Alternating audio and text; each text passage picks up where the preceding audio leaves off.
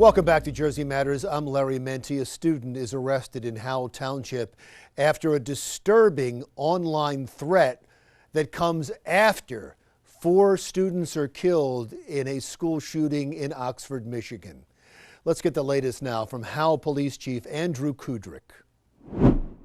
Chief, thanks so much for doing this. We wanted to talk to you because after that incident in Oxford, Michigan, at a high school in Oxford, Michigan, where 4 students were killed by another student, you had an incident right after that. And before I ask questions about it, I want you to describe what happened. So with social media, I received a notification from actually an ex-chief, a friend of mine who is in South Carolina right now. He got it from his son, who was friends with some local kids from around here. And he sent it to me and said, "Hey, Chief, just a FYI, this is going around social media." I saw it, immediately got concerned. My first phone call was right to the Howell High School principal. He wasn't aware of it. When I hung up the phone to send it to him, I immediately got a phone call back saying that he started receiving the same type of message from concerned parents and other people as well.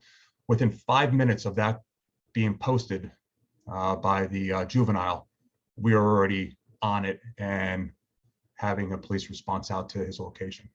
And he's been charged? Yes, he has. He's been charged as a juvenile, so that's going to be handled up at the prosecutor's office. They take jurisdiction over that. And what was he charged with? Possession of a weapon for unlawful purpose. Right, because we should point out that it was a picture of a firearm, and then what was taken as a threatening statement that went along with it, right? That's correct. Basically, don't show up tomorrow for school. That's what his message stated on his. But it didn't say don't show up. It said PU, right? Right, like don't pop up. It's just slang, basically meaning don't show up. Okay. So I learned that too. I wanted to know what that was, so a little bit of research, and then thanks to our community on social media, they were quick to point out what that meant. But regardless of what it meant, even if it was no words whatsoever, we were acting on it as if it was a credible threat. And just to go back on that, it was determined to be an airsoft rifle, but in New Jersey, you need a permit to purchase that as well. I was interested whether you were on high alert because of what happened in Michigan and you were worried about copycats, or this would have been handled the exact same way every single time. That's exactly it. I mean, we're always on high alert, especially with our schools. We have officers assigned to our schools on a full-time basis. Our regular patrol officers are frequently on school grounds. So this is something that I take extremely seriously under my administration, and likewise do other chiefs. But especially here in Howell, the relationship that we have with our school administration, who fully support us, our town fully supports us being involved in the schools, and that is an absolute priority of our police department, is keeping our school community safe. Because this isn't the only municipality, not only in New Jersey, but across the country, that had similar things happen after the shooting in Oxford, Michigan. And I haven't gone back to look if it happened in past shootings as well, but it seemed like there were all of these arrests. Are we just hearing about them because it happened after Oxford and the media attention is on the shooting, or does this happen all of the time? It happens quite frequently. It just doesn't garner the media attention like we have seen lately. And I think it's actually a good thing, because it goes to show, like, especially with our community, whereas somebody saw something, well, several people saw something, and they immediately said something, and we immediately acted, and we were able to resolve that and calm everyone's fears. We had that resolved. We had him in custody before a majority of people even realized what was going on. In fact, on some of our social media posts, they turned to us to see if we were well aware of it, and they saw that we were already on it. So I got that message out very quickly. I'm responsible for most of the social media, that being my message, make sure the appropriate message is being put out.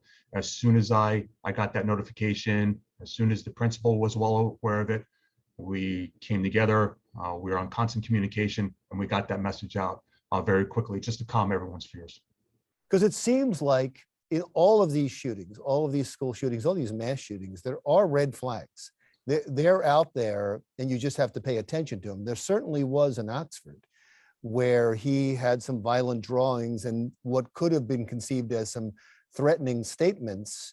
and they spoke with his parents, they called it in, and they deemed it not to be a problem, and it was. What do you learn from that, or were you already there that you take this all seriously no matter what? Even the most minor of things where a person, they happen to see something. So in this case, I believe one of the school officials saw him looking up bullets and ammunition on his phone. There was also a drawing of a gun and basically stating something to the effect that I can't help these thoughts. That's very concerning. And we always see that there's always warning signs. And that's why it's so important for not only when somebody sees something to actually alert authorities, but then for the authorities to investigate it to determine whether or not it's a credible threat. And that's a joint partnership between the schools, the police, the counselors, mental health, prosecutors. That it comes together. And fortunately, right here in Monmouth County, we have that strong connection between our schools, local authorities, and county authorities. Right, because it seems like the school there tried to handle it internally, and you would say to schools, please do not do that. Right, and again, the schools deal with a lot of incidences that we don't know about, which is fine. But in cases like this, you can't take chances like that. Call in the professionals, let us determine it. There's certain avenues that we can take, such as an ERPO, which is an emergency weapons order, that we can go in and seize these weapons for the protection of the public.